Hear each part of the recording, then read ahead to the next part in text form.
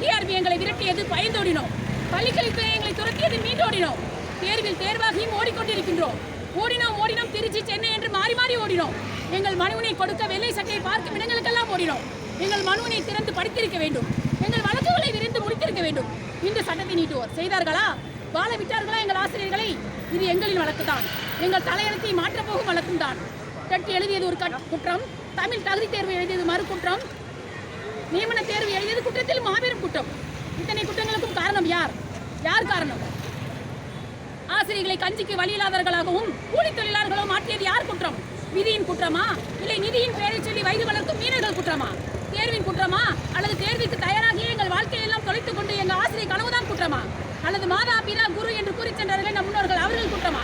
இந்த குற்றங்கள் களையப்படும் வரை, எங்களுக்கு பணியாணை கிடைக்கும் வரை நாங்களும் ஓயப்போவதில்லை, எங்கள் குடும்பங்களும் ஓயப்போவதில்லை. இதுதான் எங்கள் வாழ்க்கை. எங்கள் வாழ்க்கை ஏட்டின் எந்த பக்கம் புரட்டினாலும் காணப்படும் பாடம், பகுத்தறிவு, பயனுள்ள பட்டதாரி ஆசிரியர்கள் தத்துவம். நன்றி, வணக்கம்.